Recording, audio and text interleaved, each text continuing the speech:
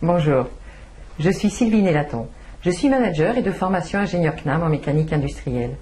J'ai cofondé avec Christian Becquerot, en 2003, l'école du management des hommes. Comme tous les associés Managis, je suis coach de manager depuis plus de 10 ans. L'expertise de chacun de nous s'appuie sur notre expérience de management et de direction d'entreprise de plusieurs dizaines d'années. Christian est l'auteur du livre Processcom pour les managers et créateur de la méthode du management complet. Méthode qu'il va aborder dans quelques instants. D'où vient ce que vous allez voir? Récemment, une DRH nous a fait part des résultats d'une enquête interne. Cette enquête révélait que les collaborateurs estimaient être insuffisamment reconnus et être sous-payés. Quant aux managers, ils exprimaient avoir un manque vital de temps. Cette DRH voulait apporter une première réponse à ces managers. Il nous a demandé une conférence pour sensibiliser les managers sur ces aspects du management.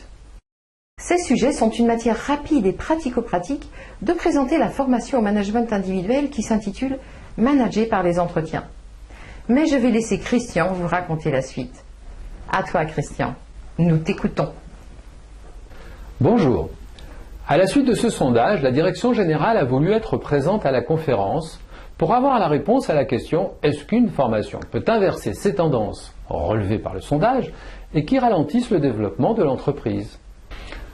Je vous révélerai donc comment une formation peut garantir que le manager va encore pratiquer 80% de ce qu'il a acquis un an après. Je vous donnerai même plusieurs preuves. Mais revenons au fait que les collaborateurs ne se sentent pas reconnus. Je commencerai par une citation qui énonce ce contre quoi je me battrai toujours. Voici la citation. « Jusqu'à présent, l'homme était premier, désormais c'est le système qui sera premier. » Quand toute une population de collaborateurs estime qu'elle est insuffisamment reconnue et qu'elle est sous-payée, son message est clair. Cela veut dire que le système est devenu premier et donne raison à cette citation qui date de 1890. Finalement, le message de ce sondage est une bonne nouvelle, car il suffit de manager de telle sorte que l'homme, avec un grand H, redevienne premier et faire mentir Frédéric Taylor, auteur de cette triste citation. Alors, quoi faire? Il y a un acte managérial qui s'attaque remarquablement à ce problème. À l'école du management des hommes, nous plaçons cet acte en deuxième position pour son efficacité en management juste après l'acte de déléguer. Cet acte, c'est l'acte de féliciter. Bonne nouvelle, c'est un acte que vous connaissez bien. Vous pourrez démultiplier sa pratique dès la fin de cette vidéo. Et vous éviterez que le système devienne premier dans votre équipe. Commençons par la félicitation et nous aborderons la délégation dans la deuxième partie de cette vidéo. Nos participants reconnaissent que se mettre à féliciter mérite un apprentissage. En effet, notre culture se prête mal à cet acte managérial. Peut-être est-ce une question de pudeur ou peut-être la peur aussi de la demande d'augmentation. Or, bien au contraire, les participants découvrent sur le terrain que l'aspect sous-payé devient un non-problème sitôt que le collaborateur se sent reconnu. Féliciter mérite d'autant plus un apprentissage qu'il s'agit de l'acte managérial à utiliser le plus fréquemment en management.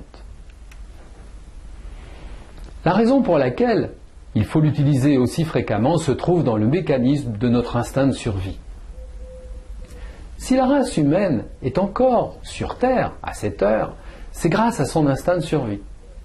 Cet instinct de survie est comme un radar hypersensible à capter le danger. Cela a des conséquences dans l'art de manager. Prenons un exemple simple. Je suis dans un entretien annuel et je dis à mon collaborateur « Dans tel domaine, tu peux mieux faire et dans tel autre, tu as été très bon. » Qu'entend-il?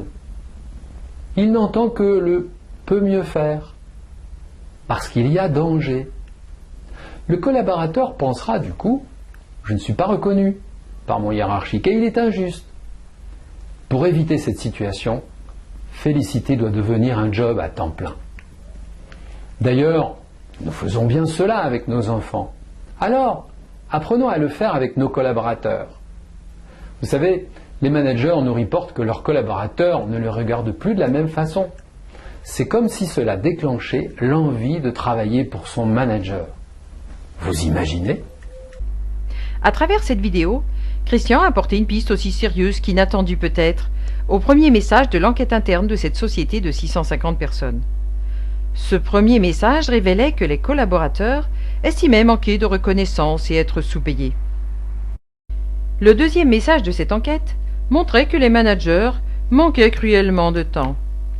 Face à cela, la direction générale doutait qu'une formation, quelle qu'elle soit, puisse inverser vraiment ces deux tendances qui ne pouvaient qu'entamer la performance de l'entreprise.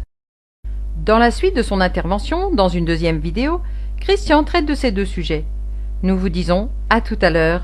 Merci.